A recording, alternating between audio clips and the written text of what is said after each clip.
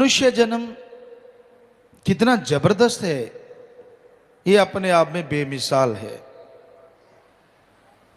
ऐसा दिमाग पाया है मनुष्य ने कि यह शेर, चीता, हाथियों को अपनी उंगलियों पे नचा लेता है। कोई भी जीव जंतु इसके सामने कुछ भी नहीं। वैसे आदमी को चालाक लोमड़ी कहते हैं। कोई आदमी ज्यादा शातिर हो सो कहने का मतलब आदमी बहुत ज्यादा तेज है, इसका दिमाग, इसकी सोचने की शक्ति, इसकी शरीर की शक्ति बड़ों बड़ों को आश्चर्य में डाल देती। अब जब हाथी को एक आदमी उसके सिर पे बैठ के नचाता है, सूंड जितना तो खुद नहीं, तो बाकी जानवर सोचते हैं यार ये बड़ी बला है, अकेला ही काबू किए हुए। आदमी को लगता है कोई खास बात नहीं, हाथी को नचा लिया, लेकिन बाकी जीव जंतु जानवर सारे देखते हैं जब शेरों को नचाता है अपनी उंगलियों पे, नाच, ऐसे कर, वैसा कर, तो भी बाकी जीव जंतु तो पहले ही मेंगने कर देते हैं कि इतना बड़ा राजा का ये हाल है, हमारा तो क्या, ये पता नहीं दो टांग वाला क्या भला है। सो मालिक ने तो बड़ा जबरदस्त बनाया है, पर इन कामों के लिए नहीं। मालिक ने बनाया था कि इस मृत्यु लोक में जीते जी उस मालिक के दर्शन कर सके और आवागमन से मोक्ष मुक्ति हासिल कर सके, जिसे कोई भी और नहीं देख सकता। हमने सारे धर्मों को पढ़ा है सदगुरु की कृपा से। हिंदू धर्म के पवित्र वेद, शास्त्र, गीता, रामायण, महाभारत जिसको पांचवां वेद कहते हैं, रूहानी संतों की वाणी, इस्लाम धर्म की पवित्र कुरान मजीद, कुरान शरीफ, सिख धर्म की पवित्र गुरबाणी और ईसाई धर्म की पवित्र बाइबल, शेख फरीद, नामदेव, रविदास, धन्ना भगत, बौद्धिस्ट, जैनिस्ट, जो कोई पवित्र ग्रंथ देता है उसे बड़े सत्कार से लेते पढ़ते हैं। तो सभी धर्मों में ये लिखा है मनुष्य सर्वश्रेष्ठ है, सरदार है, खुद मुख्तियार है, मर्जी का मालिक। कुछ हद तक मालिक ने इसे मर्जी का मालिक बनाया है कि यह अच्छे कर्म करे और अच्छे कर्मों में सर्वश्रेष्ठ कर्म परम पिता परमात्मा की भक्ति करे तो उसके दर्शन कर सकता है। आवागमन से मोक्ष मुक्ति अपने आप को दिला सकती है जीवात्मा मनुष्य शरीर में। और बुरे कर्म करने लग जाए मन के हाथों मजबूर होके, वो भगवान का हुक्म नहीं है, पर खुद की खुद मुख्तियारी का उल्ट फायदा उठाए तो ये शैतान का भी बाप बन जाता है। जीते जी इंसान शैतान बन जाता है जब वो ऐसे कारनामे करता है। हमने देखा है कई लोग शराब के नशे में धुत होके मुर्गे की गर्दन मरोड़ के छोड़ देते हैं, और वो बेचारा ना तो मरा होता है ना जिंदा, छलांगे मारता है, ऊपर उड़ारी मारता है, गिर जाता है, उड़ारी मारता है, गिर जाता है। अरे कोई तेरी गर्दन ऐसे मरोड़ दे फिर ठहाके लगाना, या तेरे बेटे की कोई मरोड़ दे फिर ठहाके लगाना। कोई दर्द नहीं रहता लोगों के अंदर जब शैतानियत पे आते हैं। पता नहीं क्यों बेरहम हो जाते हैं, क्यों राक्षसीपन आ जाता है लोगों के अंदर, क्यों भूल जाते हैं कि हमारे अंदर अल्लाह वाहिगुरु राम ने एक गुण भरा है, वो है रहम, दया, जिस वजह से मनुष्य सर्वश्रेष्ठ है, जिस वजह से मनुष्य को सर्वोत्तम माना गया है। लेकिन भूल जाता है अपने इन गुणों को, अब गुणों में लिप्त हो जाता है, अब गुणों में फंस जाता है और मालिक से दूर व दूर व दूर होता चला जाता है।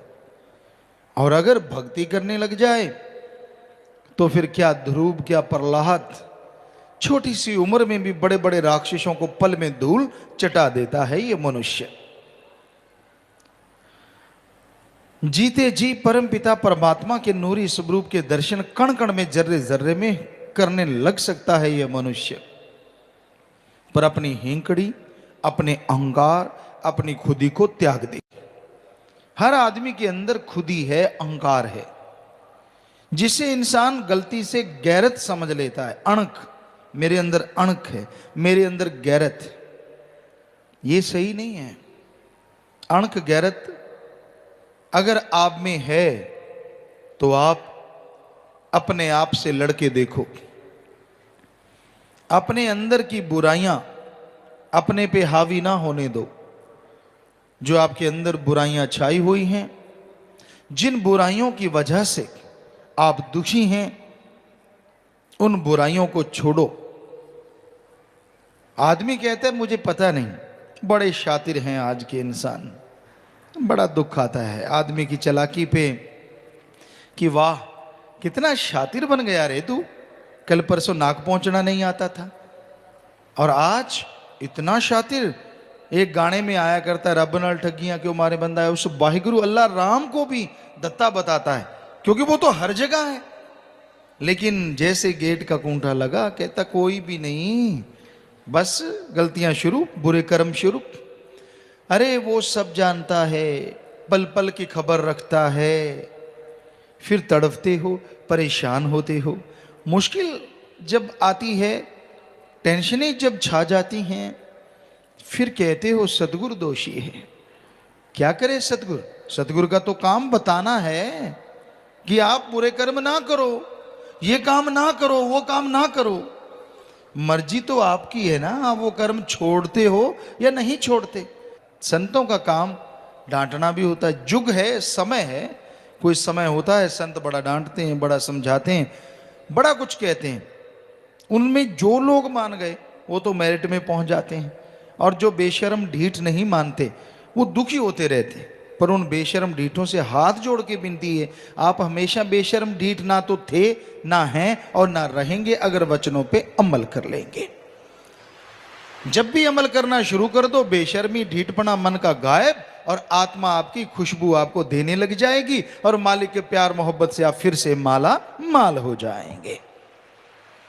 सो ये मत सोचो कि आप हमेशा ढीठ बने रहोगे, कि गुरुजी ने खिताब तो दे ही दिया, क्योंकि मन बैठा है ना अंदर, वो कहेगा ले तेरे को तो खिताब मिल गया। नहीं नहीं नहीं, हमने खिताब नहीं दिया, मन से लड़ो। हम कहते हैं आप ऐसे बने हुए हो, और जब जाग जाओगे तभी मालिक के प्यारे बन जाओगे। छोड़ दोगे मन मते, छोड़ दोगे मन की कारगुजारी, उसी टाइम मालिक की खुशियां आपको, आपके परिवारों को माला माल करने लगेंगी, और खुशियां से आपका हौसला बुलंद हो जाएगा, और आप किसी की परवाह नहीं करेंगे। मालिक की बेइंतहा खुशियां आपकी झोलियों में आ पड़ेंगी। सो अपने जमीर की सुनो, लड़ो उन बुराइयों से जो आपके अंदर हैं। बाहर दुनिया से लड़के आपको क्या हासिल हो जाएगा? एक आदमी, अमीर आदमी गरीब को दबा लेता है, ये कोई बहादुरी नहीं है। आपके पास पैसा है, आदमी है, बेचारा गरीब आदमी दब जाता है। आजकल पैसे के गुलाम हैं लोग। अगर आप में हिम्मत है, अगर आप बहादुर हो, योद्धा हो, आप में गैरत अणख है, तो लड़ो अपनी बुराइयों से। देखते हैं आप कितने बहादुर हो। छोड़ो अपने अंदर की बुराइयों को। ऐसे ही मैं गैरतमंद हूं, मैं ये हूं, मैं वो हूं, ऐसे ही हेंकड़ी जमाते रहना दूसरों पे। खुद की बुराइयों से लड़के देखो, पता चलेगा कितने पानी में हो। तो भाई संतों का काम बताना, समझाना, शिक्षा देना है कि जब तक खुद की बुराइयों से अपने आप को आजाद नहीं करवाओगे, तब तक दुखी रहोगे, तब तक परेशान रहोगे। और अपनी बुराइयों से निजात हासिल करने के लिए, अपनी बुराइयां अपने अंदर से निकालने के लिए सुमरन करो, नाम का जाप करो। नाम का जाप ही एकमात्र तरीका है, एकमात्र उपाय है जो आपको मालिक से मिला सकता है, जो आपके अंदर आत्म बल देगा, जो विल पावर देगा, जिसके द्वारा आप अपनी बुरी आदतें छोड़ सकते हैं। वरना मना रे तेरी आदत ने, कोई बदलेगा हरिजन सूर, चोर जुआरी क्या बदलेंगे तो माया के मजदूर, या माया में मजबूर। चोर जुआरी रात को ठगियां मारते हैं, लोगों को लूटते हैं, वही नहीं, सफेद पोश होके भी जो ठगी बेईमानी करते हैं वो भी ऐसे ही, जो माया के लिए पागल हैं। आदमी सोचता है कौन नहीं माया के लिए पागल, हर काम के लिए माया चाहिए। बिल्कुल दुरुस्त, माया तो चाहिए। एक कमाता है अपना तन तोड़ के, सब कुछ तोड़ के, मालिक की औलाद के लिए, सारी सृष्टि के भले के लिए। और एक कमाता है ठगी बेईमानी बुरे कर्म करके ऐशो आराम के लिए, या अपनी औलाद के लिए। जमीन आसमान का भी अंतर थोड़ा है, इससे भी बढ़ के अंतर है। पर ठगी बेईमानी तो किसी के लिए भी जायज नहीं, चाहे वो कुछ भी करता हो। तो जीने के लिए कमाओ, पर कमाने के लिए अगर जीने लग गए तो दुखी हो जाओगे, परेशान हो जाओगे। तो संत मत ये समझाता है कर्म करो, कर्म जोगी बन जाओ, कर्म करते रहो, क्योंकि जो कर्म करता है मालिक उसकी झोलियां दयामय रहमत से जरूर भरता है। कई कहते हैं जो कर्मों में लिखा है वो तो मिल जाएगा, नहीं, कर्म के बिना कुछ भी नहीं मिलता।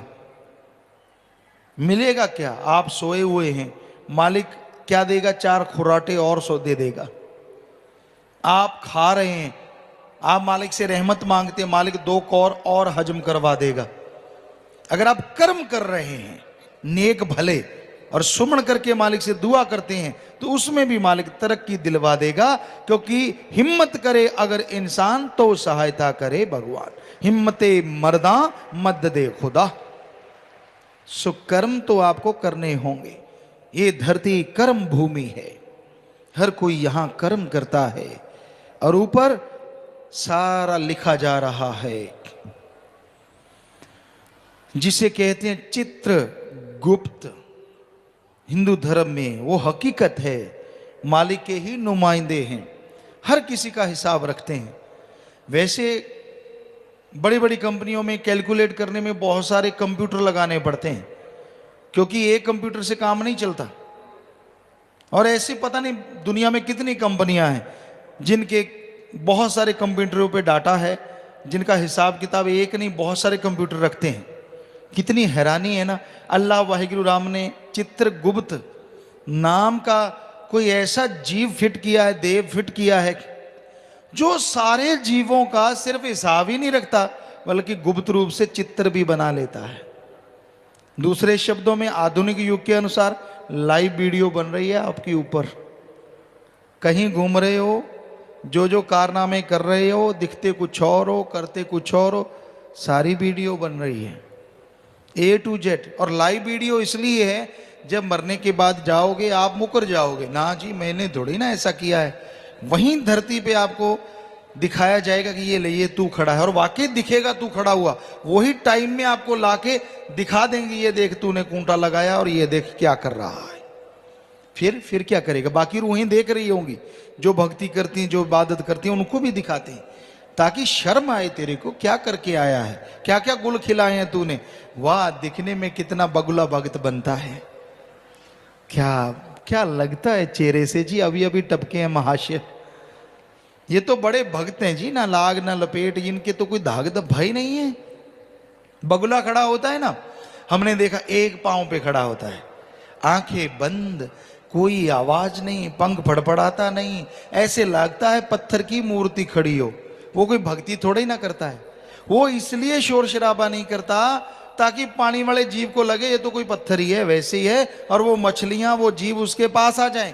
बस पास आओ तो सही, पत्थर के जैसे पास आती झटके से इतनी स्पीड से चोंच मारता है कि उनको समझ ही नहीं आती ये पत्थर ने क्या किया, और तब तक मछली को खा जाता है। ऐसी आज कलयुग में ज्यादातर एक टांग पे दिखते बगले भक्त हैं। दिखने में लगता अरे अरे अरे अरे वाह क्या चेहरा है, पता नहीं कितना रोगन लिपा पोता ये नहीं पता, तो दिखने में लगता है वाह क्या चेहरा चमक रहा है यार। शीशे में खड़ा होकर देखता है मेरे पे तो नूर आ गया। कभी मुंह मां धो के रात को उठ के सुबह उठ के जाना ना, दुनिया में लग जाएगा कितना नूर टपक रहा है। सो कहने का मतलब ये नूर नहीं होता। रंग आदमी का चाहे काला हो, चाहे गोरा हो, चाहे कणक जैसा हो, कैसा भी रंग हो, गेहूं जैसा हो, लेकिन मालिक का नूर तो अपने आप में एक अलग आभा होती है, एक अट्रैक्शन होता है, एक खींच होती है, कशिश होती है जो आदमी को अपनी तरफ खींच लेती है। वो है मालिक का नूर। ये अपना बनाया नूर काम नहीं करता। हम हमेशा कहते हैं ओरिजिनल लेप लगा लो, सतगुरु के प्यार मोहब्बत का लेप कर लो, बाकी लेप करो ना करो वो आपकी मर्जी, लेकिन एक ऐसा नूर, एक ऐसा चेहरे पे कशिश आएगी जो देखेगा कहेगा वाह वाकई इसके अंदर मालिक का नूर दिख रहा है, ये तो मालिक है, मालिक स्वरूप है। ये आएगा सुमन करने से, आएगा भक्ति इबादत करने से, बातों से, या आप सोचो किसी और तरीके से ये नूर आ जाए, ये आने वाला नहीं है, सवाल ही पैदा नहीं होता। हम क्या कर सकते हैं? सतगुरु ने जो शिक्षा दी है आपकी सेवा में अर्ज कर रहे हैं। अल्लाह वाहिगुरु राम नाम का खजाना आपकी सेवा में देते हैं। वो अमृत हरि रस जो आपके अंदर है उसको पाने के लिए बस नाम बता देते हैं। हमारी ड्यूटी है, हम सेवादार चौकीदार हैं, आपके सेवादार खाकसार हैं, तो वो तरीका आपको बता देते हैं। आप लेके उसको खा लें तो रंग से आप बहुत ही सुंदर रंगीन हो जाएं, वरना भाई बेरंग तो आप होते ही जा रहे हैं दिनों दिन, मन की वजह से, काल की वजह से, काम वासना क्रोध लोभ मोह अहंकार की वजह से। तो इनसे हटने के लिए आपको तरीका बताते हैं, वो नाम बताते हैं, वो युक्ति बताते हैं जिसको लेने से आप नूरो नूर हो जाएंगे। आपके अंदर मालिक का नूर आएगा, चेहरे पे नूर आएगा, सुरूर आएगा, नशा आएगा। ऐसा नशा जो किसी के उतारने से उतरेगा नहीं, ऐसा नशा जो रूहानी तंदुरुस्ती, ताजगी, शारीरिक तौर पे भी तंदुरुस्ती और आत्मिक तौर पे, मानसिक तौर पे भी आपको तंदुरुस्ती मिलने लगेगी और आप खुशियों से माला माल होते जाएंगे। सो ऐसे नशा आपके अंदर है, आप इसके स्वामी हैं। क्यों जरा जरा से नशे के लिए लिपापोती करते रहते हो, चाटते रहते हो सब कुछ? अरे अरे, आपके अंदर ऐसा हरि रस है, ऐसा अमृत है, ऐसा आबो हयात है, उसे चखो तो सही। नाम जपो, बस नाम जपने से अंदर का हरि रस, अमृत, आबो हयात आपके ऊपर प्रकट हो जाएगा और अंदर बाहर की खुशियों से आप माला माल हो जाएंगे। सच्चे दाता रहबर ने फरमाया, मनुष्य जन्म बड़ी मुद्दतों के बाद मिलता है। आत्मा को मालिक से बिछुड़े युग बीत गए। कितना समय हो गया कुछ कहा नहीं जा सकता, क्योंकि वेद शास्त्रों के अनुसार ब्रह्मा जी का अगर एक दिन माने वो 43 लाख से ऊपर है। 43 लाख साल एक दिन बनता है कहते ब्रह्मा का, और उसमें युग बदलने में कितना टाइम लगता है, क्योंकि चारों युग जब खत्म होते हैं तब उसका दिन पूरा होता है। तो कितनी देर हो गई आत्मा को मालिक से बिछड़े, इसका कुछ मालूम नहीं, क्योंकि ब्रह्मा को ही मालिक को ढूंढते ढूंढते उनके हिसाब से युग बीत गए थे। और फिर ब्रह्मा को मालिक ने बताया था कि मैं ही सारी सृष्टि का कर्ता धर्ता, मैंने तुझे बनाया। ब्रह्मा विष्णु महेश सबको बनाया उस ओंकार ने, सुप्रीम पावर ने। फिर सृष्टि की रचना हुई और उसके बाद पता नहीं कितने युग बीत चुके हैं, कितना समय गुजर गया। इन 4 युगों का जीवों को पता है इतने साल हो गए, नहीं, इससे पहले पता नहीं कितने युग बीत गए, जिसकी कोई हिस्ट्री, जिसकी कोई कहानी आज किसी को मालूम नहीं है। लोग तो आज वाली कोई जुटला रहे हैं, ना जी कौन सा राम हुआ, कौन सा फलाना हुआ, ये वो नहीं, जो कि हुआ है हकीकत है उसको भी नकार रहे हैं। तो उससे पहले जो हो चुके युग उनका तो किसी को पता ही नहीं। पता नहीं कितने युग उससे पहले बीते हैं, 4 युग पता नहीं कितने बार बारी बारी से आ चुके हैं। ये तो मालिक जानता है, सतगुरु जानता है, क्योंकि 4 युग तो बढ़ते ही 43 लाख साल के हैं शास्त्रों के अनुसार अगर देखा जाए। तो कहने का मतलब कितनी देर हो गई। बेपरवाह साईं बताते हैं मुद्दतें गुजर गई, समय बेशुमार गुजर गया, तब जाके तुझे आत्मा मनुष्य शरीर मिला है। इसमें अगर प्रभु का नाम जपे, इसमें अगर अल्लाह का नाम जपे तो आवागमन से मुक्ति मिले, तो मालिक के दर्शनों के काबिल बने। अगर इसमें काम धंधे में खोया रहा, इसमें बुराइयों में फंसा रहा, तो मालिक से दूर रहेगा, खुशियों से खाली रहेगा। तो मालिक तुझे बेइंतहा खुशियां बख्शेंगे, तेरे तमाम गम, चिंता, टेंशन, बीमारियां दूर कर देंगे, मरणोपरांत और मरने वाले दुख को भी खत्म कर देंगे, और मरणोपरांत अपनी गोद में बिठा के वो परमानंद बख्शेंगे, वो लज्जत, वो स्वाद देंगे जो लिखने बोलने से परे है। आज दुनिया में लोग जी रहे हैं सारा स्वाद का ही चक्कर है। किसी को धन दौलत का स्वाद है, किसी को काम वासना का स्वाद है, कोई लोभ लालच में है, कोई क्रोध में डूबा है, कोई मोह ममता में है, कोई अहंकार में है, तो कोई धन दौलत के स्वाद में है। चक्कर स्वाद का, वरना आप सोच लो ये चीजें निकाल दो जिंदगी में, क्या है? कुछ भी नहीं। आदमी सोचता है फिर तो कुछ भी नहीं रहा। इन्हीं के सहारे तो जागता है, इन्हीं के सहारे सोता है। विषय विकार करूंगा, रात को ये करूंगा, काम वासना में ये करूंगा वो करूंगा, कहीं तो यही स्कीमें बनाते रहते हैं। वो टाइम गुजर गया रात का, अगले दिन उठते हैं चलो यार काम धंधा मजबूरी में करना पड़ेगा, लेकिन ख्याल काम वासना में, गंदगी के कीड़े का गंदगी में ही ख्याल रहता है। फिर दूसरे नंबर पे लोभी लालची है, रुपए पैसे का ख्याल चल पड़ता है, कैसे यार ठगी मारूं, कैसे किसको लूटूं, आज तो इतने बकरे बलि चढ़ गए, कल को कितने चढ़ेंगे, कितने की जेब काटूंगा, कितनों को ठगी मार के उलझाऊंगा, मौज बन गई, इतने नोट बन गए, बैंक बैलेंस बढ़ता जा रहा है, ऐश कर रहे हैं, स्कूटर आ गया, गाड़ी आएगी, जहाज आएगा, पता नहीं क्या क्या।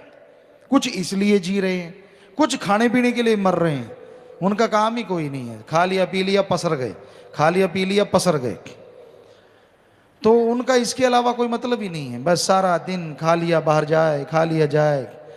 एक सज्जन हुआ करते थे, हम नाम नहीं बताएंगे, तो यूपी की बात है, तो भंडारे का टाइम था, सेवादारों को जलेबियां, सेवादारों ने बुला ली कि चलो बेचारे पहरेदार सेवादार हैं, इनको जलेबियां खिलाएं। तो उस जलेबियां खिला रहे थे, एक सज्जन ने एक बाल्टी खा गया, पूरी बाल्टी भर के, यानी 15-20 किलो की बाल्टी थी, वो सारी जलेबियां खा गया। हैरानी हुई तो पूछा क्या हुआ, साथ बड़े बताने लगे पिताजी ये खाता था और बाहर चला जाता था, फिर खाता था, फिर चला जाता था। हमने कहा क्यों बर्बाद किया इतना घी तेल सारा कुछ मैदा? कहता क्यों? अरे जब तेरा निकल ही रहा था साथ के साथ तो जरूरी था खाना, पर जीभ का स्वाद पागल, बस खा लिया निकल गया, खा लिया निकल गया। तो कई लोग ऐसा ही कर रहे हैं, ना सेवा ना कोई अपना काम धंधा, ना राम का नाम जपना, खा लिया निकल गया, बस यही उम्मीद रहती, तू निकल मैं आया, तू निकल मैं आया। सो सबका पहले सब कुछ सही होता था। हम गुरु सरमोड़िया से आए, राजस्थान से, हम ये नहीं जानते कि थकावट नाम की भी कोई चीज होती है, पता ही नहीं था। ना तो कभी बापूजी उम्र में उस समय काफी रहे, लेकिन ना तो कभी उनसे सुना ना किसी और से सुना कि थक गए। लेकिन जैसे यहाँ शहर में आए तो नौजवानों को हो थक गए हैं, ये क्या बला होती है थक गए।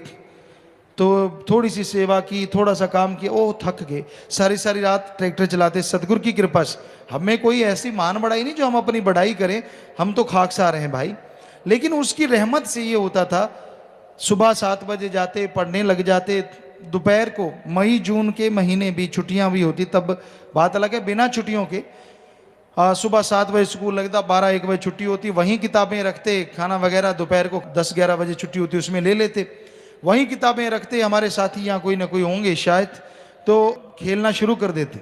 दोपहर होती पूरा, इतनी दोपहर, आज वाले तो छाया में पंखा ले रहे हो, मर गए बड़ी गर्मी है। तो इस दोपहर में हम खेलना शुरू कर देते, शाम के टाइम होता, सारी सारी रात ट्रैक्टर चलाते। सुबह 4 बजे जाके जो हमारे साथ वो नौकर जो काम करते थे, हम कभी उन्हें नौकर नहीं कहते थे, अब आपको बताने के लिए कहना पड़ रहा है, तो उनको कह देते ले भाई अब तू चला थोड़ी देर, बस 2 घंटे 3 घंटे सोते और फिर उठ जाते, क्योंकि सुबह तो 4 से 6 सोए ना सोए वो सतगुरु जाने। तो उसके बाद फिर स्कूल चले जाते, फिर खेलना शुरू, यही रूटीन था। कभी 4 घंटे सो लिए, कभी 2 घंटे सो लिए। अगर कभी खेती बाड़ी का काम ना होता तो फिर सारी रात खेलते रहते, चांद की चांदनी में, जाके गांव वालों से पूछ लो। तो कहने का मतलब पता ही नहीं होता था थकावट क्या है। आज वाला यहां से वहां तक चल के ओह बड़ी गर्मी है, मुंह इतने इतने खुले होते हैं, पता नहीं बेचारे क्या टैंक उठा के आए। ये तो हाल हुआ पड़ा है आज के इंसान का, क्योंकि खान पान ऐसा हो गया है, सोच ऐसी हो गई है, बात बात पे टेंशन। संतों की बात में भी निकालना, कान यूं खोल के, अच्छा कोई बात पकड़ लूं मैं फिर बताऊं ये हुआ, बड़ा कुछ करते हैं आज के शातिर इंसान।